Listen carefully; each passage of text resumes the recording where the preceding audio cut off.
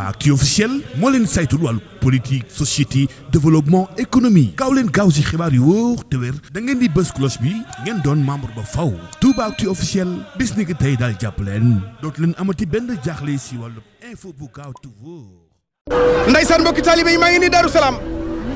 di ñaanal président réew mi Macky Sall Serigne Marème Faye Sall Baye Amadou Sall maa ngi lay ñaanal ci darajey Seexul Xadim darajey ju may maam Cheikh Anta Dieng ñu immigré yàlla na nga wàcc Macky Sall président réew mi yàlla na nga wàcc ñooyi geeg daras jeeg dangar jeeg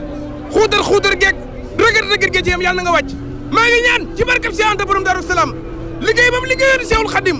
Macky Sall président réew mi yàlla na nga wàcc nawet bii yàlla bu mu la fekk nawet bii ñu jëm yàlla bu mu la fekk président réew mi Macky Sall mboolem ku ne amin yàlla na saa borom taxaw say mbir adduna bépp na ni amin kii daa war a wàcc sonal nanu lëjal nanu damm nanu tayyi nanu dee nanu ay hôpital rek nga émigré xam nga ni sa askan wépp feebar nanu mënatunoo lekk mënatunoo naan ngir yow président réew mi Macky Sall yàlla na nga wàcc ci dërëjey maam Cheikh Anta borom dërëm ak ngërëm